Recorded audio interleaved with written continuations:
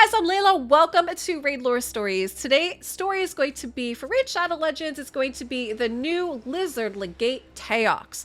New legendary lizard that is one of the faction warlord, right? So usually you can see who they are because they're going to have this aura on their feet and they're going to have a banner on their back. So basically let me see how Raid says, Unity champs, right? But when you look at the playlist below, I've also seen them referred to as warlords, faction leader kind of things. So that's how you'll see them in the playlist below in the description as well too.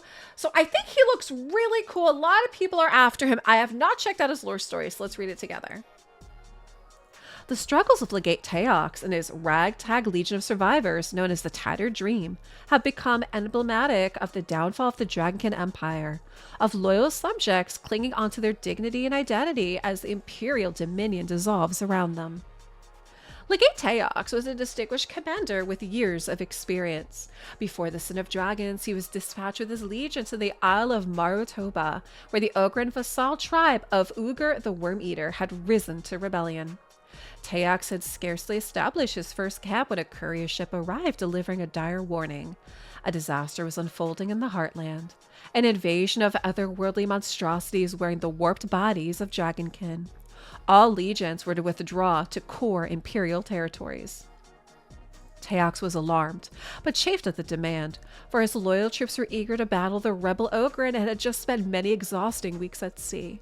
He knew his duty, but, fearing the ogre might attack during the withdrawal, was slow to embark his troops. When they finally set sail, they soon saw immense clouds of ash turn day into night and encountered Dragonkin vessels packed with refugees. They bore the dark news that the great metropoles of Allreach and Twin Rift had been lost. The legate decided to head for the Strapezi of Velazar. His fleet and any refugees they found hopped from island to forage. Before they could reach their destination, however, they were attacked by demon spawn, led by one Kravakaz.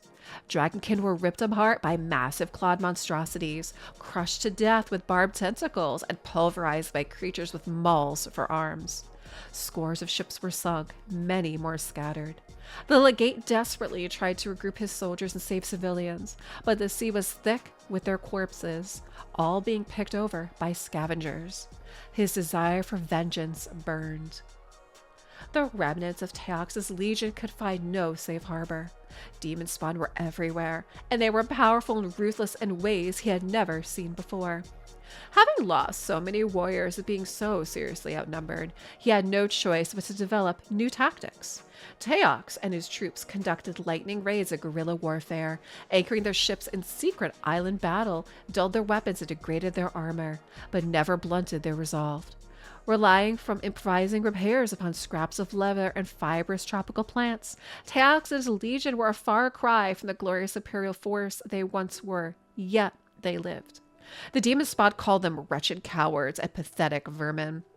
But among the rest of the Dragonkin holdouts, Teox's legion earned the name by which they became famous, the Tattered Dream, ragged and exhausted, but resolute. Wherever they went, the Tattered Dream found their slaughtered people or saw them bowed to what was surely some horrific fate. Teox showed no mercy in battle. He ripped demon spawn apart and left their remains as infuriating bait to draw out more. He led from the front without regard for his safety, hacking and slashing with a massive battle axe he had fashioned from the spine of a slain demon spawn, and a huge razor-sharp knife made from a claw of an infernal war beast. His rage was so intense, even his own companion honor guard gave him space. Whirling his huge weapon in a storm of gore, he would not stop until he had turned his foe into little more than a grotesque slurry of demonic ichor. Even then, it took time before the frenzy left him. The Tattered Dream battled isolated pockets of demon spawn for several long years, even after the first invasion was driven back elsewhere. And all that time, Teox pieced together what had happened in gruesome interrogations of captured demon spawn. They spat and taunted that it was the Emperor's actions that allowed them to return. Teox hardly believed it, but their stories all matched. Soon, his ire for the Imperial family was almost as great as it was for the monsters destroying the Empire.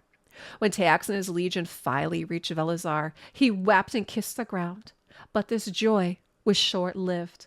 The Imperial Prince, Ramantu Drakesblood, was there, rallying troops for what became known as the First Great War. Teox unleashed his years of rage on the prince in a torrent of invective. Ramantu calmly accepted all the legate's accusations of arrogance and hubris, and asked him to fight alongside him. It wasn't just the Empire that needed him, all of Teleria did. Teox reluctantly agreed, but declared when the war was over, he and Ramantu would have a reckoning. Ramantu nodded. Neither expected that the Arbiter would offer the Tattered Dream a way to fight on after the horrendous campaigns. Okay, guys, I gotta say, I did like this story. And again, I like how they're drawing in other champs, right? So we see that they mention, they mentioned some Ogres. I saw that they mentioned here the Ogre Vassal, Uger the Worm Eater. We've already done like a lore story for him. They mention him. And I love how in the end they tie it in with the Dragon Prince Ramantu Drakesblood. And of course the Arbiters will too, because if you guys check out Ramantu Drakesblood's story that I did, Ramantu and the Arbiter actually have kind of like a story in there together as well. So I like it.